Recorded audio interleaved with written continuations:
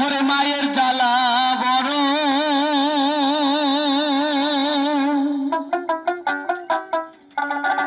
জ্বালা রে তোরা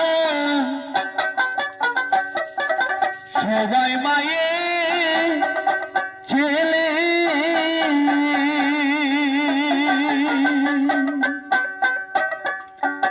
সেই মায়ের দুঃখ দিলে সুখ হবে না এই জীবনে।